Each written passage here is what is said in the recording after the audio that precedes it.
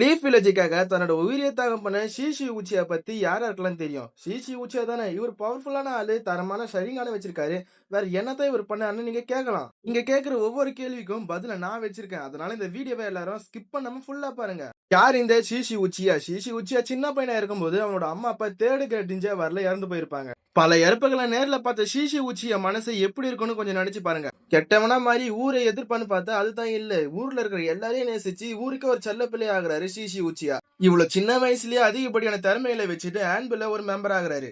ஆன்புல powerful ஷினோபிகள்ல ஷீஷி உச்சியாவும் ஒருத்தர். ஷீஷி உச்சியாவோட மங்கிக்கு ஷேரிங்கான வச்சு அவரால் எதை வேணாலும் சாதிக்க முடியும். ஷீஷி உச்சியா அவரோட மங்கிக்கு ஷேரிங்கான வச்சு எங்க வேணாலும் டெலிபோர்ட் ஆகி ஈஸியா போயிடுவாரு. இதனால அவருக்கு பாடி கிளிக்கர்னு ஒரு பேர் கூட வச்சாங்க. இந்த எல்லோ ஃபிளாஷ் மினோட்டோ வேகத்துக்கு கூட நம்ம ஷீஷி உச்சியாவால ஈடு கொடுக்க முடியும். அந்த அளவுக்கு பவர்ஃபுல்லான ஆளு தான் நம்ம ஷீஷி உச்சியா.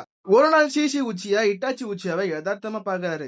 இட்டாச்சியோட திறமையை பார்த்து வியந்து போன ஷீஷி உச்சியா அவருக்கும் ட்ரைனிங் கொடுக்குறாரு. ட்ரைனிங் கொடுக்கறது மட்டும் இல்லாம ரெண்டு பேருக்குமே ஒரு சரியான பாண்டிங் ஏற்படுது. கொஞ்ச நாளைக்கு அப்புறம் ஷீஷி உச்சியாக்கு ஒரு தகவல் கிடைக்குது. அதாவது உச்சியா கிளான்ல இருக்கிறவங்க எல்லாருமே லீஃப் வில்லேஜுக்கு அகைன்ஸ்டா இருக்காங்கன்னு. இதை மட்டும் அப்படியே விட்டா யாரும் எதிர்பார்க்காத அளவுக்கு ஒரு பெரிய போர் நடக்கும். இந்த போர் மட்டும் நடந்ததுன்னா எதிர்பார்க்காத அளவுக்கு உயிரிழப்பு ஏற்படும்னு ஷீஷி உச்சியா யோசிக்கிறாரு. ஷீஷி உச்சியா இதை பத்தி யோசிச்சுட்டு இருக்கும் போது தான் ஒரு சம்பவம் நடக்குது. அது என்ன சம்பவம்னா லீஃப் வில்லேஜுக்குள்ள நைன்டெயில் ஃபாக்ஸ் ரிலீஸ் பண்ணிடுவாரு நம்ம ஓபிட்டோ உச்சியா. இதுக்கெல்லாம் மூல காரணம் உச்சியா கிளான் தான். உச்சியா கிளான ஊரை விட்டு ஒதுக்கி வைங்கன்னு டான்ஸ் தேர்ட் ஓகாக கிட்ட சொல்லிட்டு இருப்பான். இந்த எல்லா விஷயத்தை கேட்டு உச்சியா கிளானுக்கு லீடரான ஃபுகாகா உச்சியாக்கு பயங்கரமான கோவம் ஏற்பட்டுச்சு. எங்க கிளானை ஒதுக்கி வச்சீங்கன்னா அப்புறம் நாளைக்கு லீஃப் வில்லேஜ்னு ஒண்ணு இருக்கவே இருக்காதுன்னு உச்சியா கிளான் மக்கள் எல்லாரும் சொல்ல ஆரம்பிச்சாங்க. இதெல்லாம் கேட்டு ஷீஷி உச்சியாக்கு எந்த பக்கம் போறதுன்னு தெரியாம மண்டை குழம்பி தெரிஞ்சாரு. அதுக்கப்புறம் ஷீஷி உச்சியா ஒரு தரமான பிளான் போட்டு தேர்ட் ஓகாவை சந்திச்சு என்னோட மங்கிக்கு ஷேரிங்கான வச்சு என்னோட மக்கள் நான் தசை திருப்பிடுறேன். இதனால எங்க கிளானை வச்சு உங்களுக்கு எந்த ஒரு பாதிப்பும் வராதுன்னு ஷீஷி உச்சியா தேர்ட் ஓகாகே கிட்ட சொல்லியிருப்பாரு.